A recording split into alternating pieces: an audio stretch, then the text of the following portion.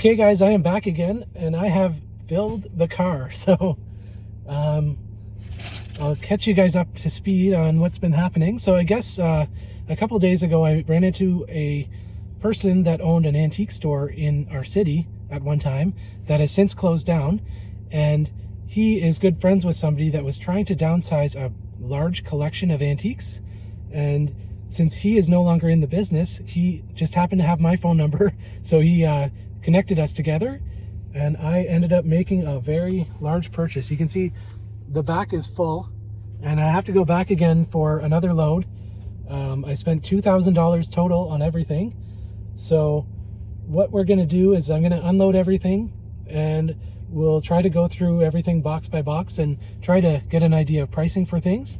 But yeah, so this is oh, the other thing I was going to mention too is this person that was downloading or downsizing a collection is also a realtor, and they have lots of contacts with people that are also downsizing and getting rid of a lot of old antiques and vintage stuff. So I gave her a big stack of cards, and I told her to just you know, if she happens to run into anybody that's downsizing, to let me know, and maybe we can make a deal similar to this. But yeah, this will keep me busy for a long time, cataloging, listing, and then storing away in the basement. I think we'll do fairly well on everything. There's a few key pieces that I think will pay for most of this. So anyways, yeah, that's it for now, guys. I'm going to start getting everything out, and I'll let you know when I have the boxes in the house.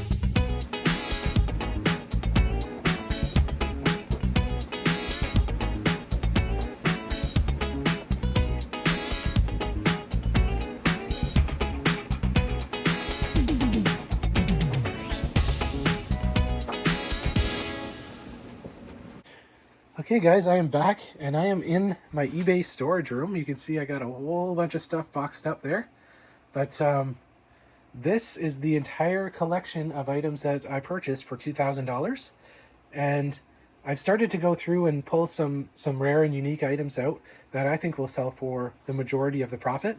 There is still a bunch of boxes like these ones here. I haven't really dug through a lot to see what's in them.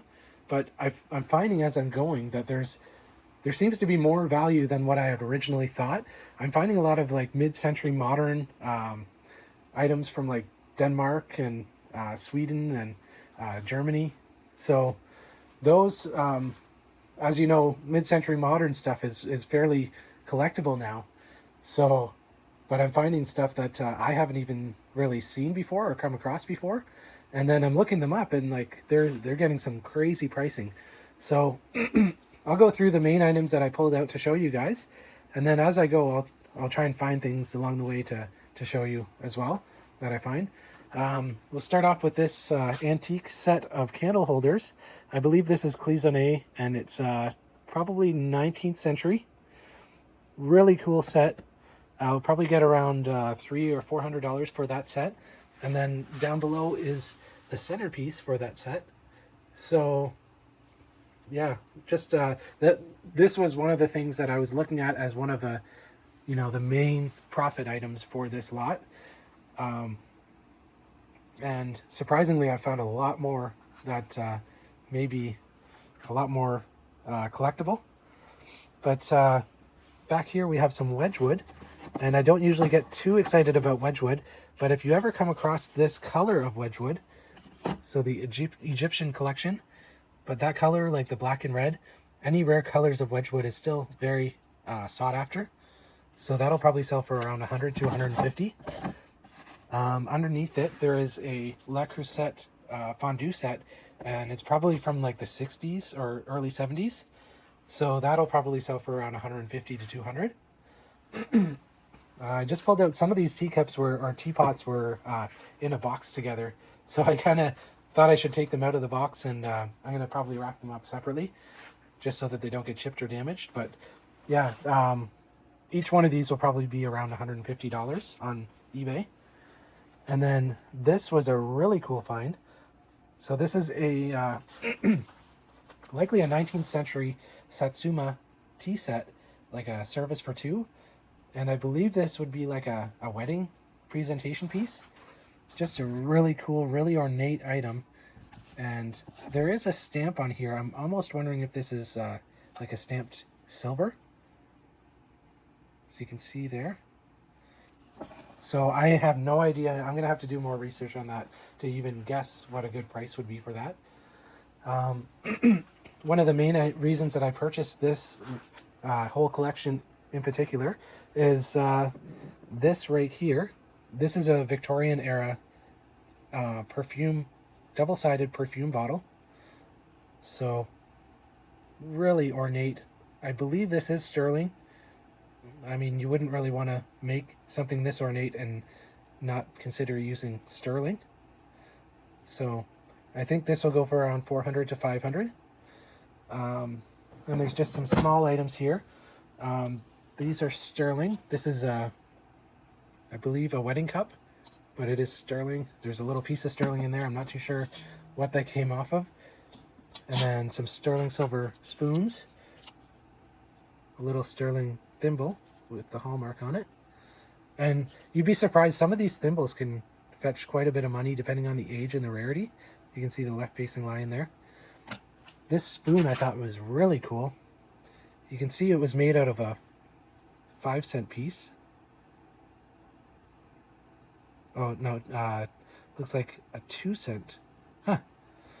But just look at the little figure there. Really unique item. Like these little small items like this, that I have no idea what the value would be. I'm going to have to kind of see if there's any compared listings, which I don't think there will be very many. But here's a bunch of little, more little sterling spoons. I believe there's $400 in silver alone, but this item is coin silver. And look at the detail of that. It looks like it's etched into the platter. I'll see if I can find the little stamp there. 800, that means it's coin silver. It's got a maker's mark above it. But I mean, this will go for a lot more than the silver value alone. Just a rare and unique item. And like I said, as I've been going along, I've been kind of looking things up and being shocked at some of the values of things. I pulled this. This was in one little box, and I thought it was a nice little brooch. And then until I got to see the back of it, and this is, I don't know if I'll be able to find it while right here, but that is 18 karat solid gold. So that's about $150 in gold in just that little item. And then there's like just a whole bunch of pendants and pins, and so that looks like a half penny from 1862 with Queen Victoria on it. What else can I show you here? This is a Limoges center plate, like a platter, hand painted, and I believe it is Victorian. It has the maker's mark on it, signed. And then these were some of the surprises. These are mid-century modern. They do have a name on the bottom. Each one of these is worth around $150 to $200, and I've found 3 of them so far. I'm going to have to dig through the boxes to see if there's more. But yeah, I was really surprised to find these, and it'll be a good thing to look out for when thrift hunting. And then here's another Limoges plate. So just some really nice items. Like I said, even the plain simple items like this. This is a letter opener, and looks plain, looks simple, made in Austria. But this is by a famous artist. I believe it is David Boss. And if you look up his works, this alone will sell for $250 Canadian. And there's little trinkets like that. I'm going to have to dig through more of the boxes just to see if there's any more of that artist, because that was a crazy surprise. Just a really nice vintage mid-century modern piece. Same with these. These are mid-century modern. So I'm going to say whoever owned this lot was probably big into the scene back in like the 1960s. And these are their original pieces. So they may have been from, Europe and just brought these over with them. So, yeah, I'm going to have to do a lot more digging and a lot of listing. There's another original art piece. Again, there's just so much to go through here, and I think we're going to do very well. So there's the write-up about that. Original art pastel painting by Helfred Tiskin. I'm going to slaughter that name, but really cool. So it's got the write-up about it. I believe this, similar paintings I've seen, they were around 300. So yeah, just some really cool items. Really happy that I ended up buying this collection. And yeah, just everywhere I turn, like I pulled this out, and this is a mid-century modern jug. There's cups to go with it. But this is original, like this is 60s original, and likely worth a lot of money.